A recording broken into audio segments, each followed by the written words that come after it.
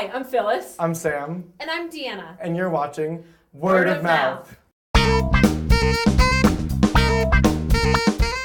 The surgeon said it was okay, sweetie. When? 10, 15 minutes ago. Why didn't anyone come and get me? Family only, Adam. What? They asked that it be family only for now. Who did? The surgeon? Just for now, sweetie. He seemed pretty adamant. Family only? I guess they can't have too many people in the room Not because people. he just went through major surgery. Who do you think he's been living no, with I for know. the past 4 years? Next fall is about a couple, Adam and Luke has just been hit by a car. And so he's in a coma in a hospital. You've got the couple who are the whole center of the play. You have several friends that come into play, and you have the parents of Luke. It's centered around the hospital waiting room, and it goes back and tells the story of Luke and Adam through a bunch of different flashbacks. It starts off how they met, and then it goes into, where they started their, relationship. One of the first flashbacks we see after Luke and Adam meeting for the first time is Luke telling Adam that he's Christian. And Adam is very confused and very curious and pretty skeptical. There was a dynamic between the one partner being non-religious and one person being extremely religious. So you had this tipping of the scale back and forth on all points always being made. The yin and the yang and the push and pull of the whole play was all about really the religious context. The whole thing is about faith and accepting death and what that might mean for everybody affected. Patrick Husinger plays Luke, and he's, I wouldn't say that there's a star in this show, but, he's certainly the central character, and he did an amazing job. There were a lot of moments where he just had to completely change his emotions, and you really felt it. I found him to be very beautiful. Just like the way he delivered everything was really soft and just right on you. It fell on you. It, like almost knocked you over. He was very powerful. It came across very powerful. So I was very, very happy with his performance. He was very good. Patrick Breen was, I think, the stronger of the two of the couple.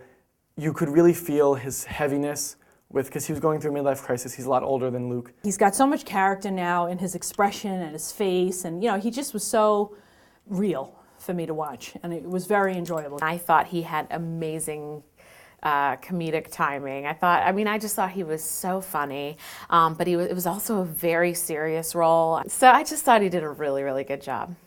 Maddie Corman as Holly was really interesting. I liked her. She was funny.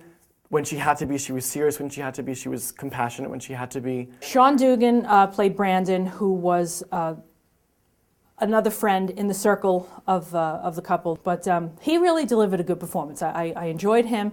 He was a little in the peripheral, but then they were able to give him enough that he came into the fold that you're like, oh, okay, I see where they're going with this. Connie Ray played Arlene, who is Luke's mother, and she is hysterical. Again, all of these characters had to be funny and serious. I thought she really provided the compassion in the show because she understood where Adam and Luke were coming from after a point. And she was conflicted, but she was compassionate, and I appreciated that in her. One of my favorite performances of this entire cast was Cotter Smith, who played Luke's father, Butch. I am actually from Northern Florida, and I lived in Tallahassee for 4 years, which is where Butch is from. And it amazed me. It seemed like they just went to Tallahassee, pulled somebody and plucked him out of Tallahassee and plopped him on this stage. I believed every second, and even if I didn't agree with him, I was on board with him because he was so honest. It's a terrific play.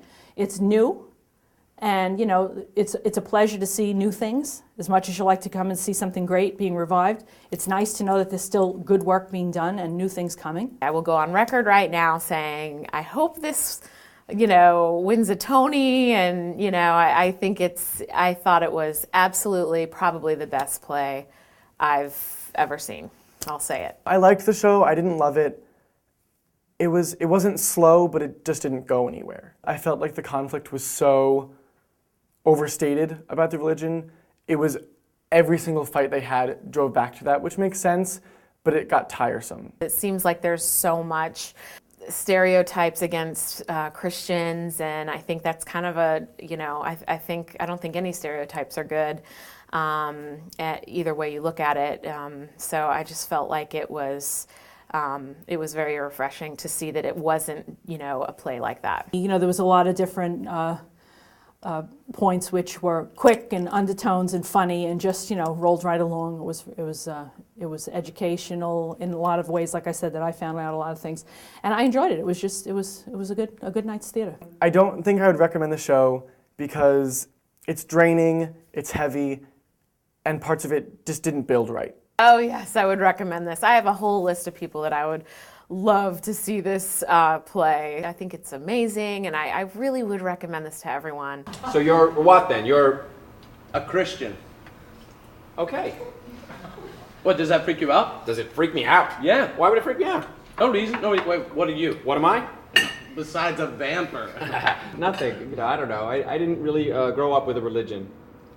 Well, I do not care what you say, but these tomatoes are fierce.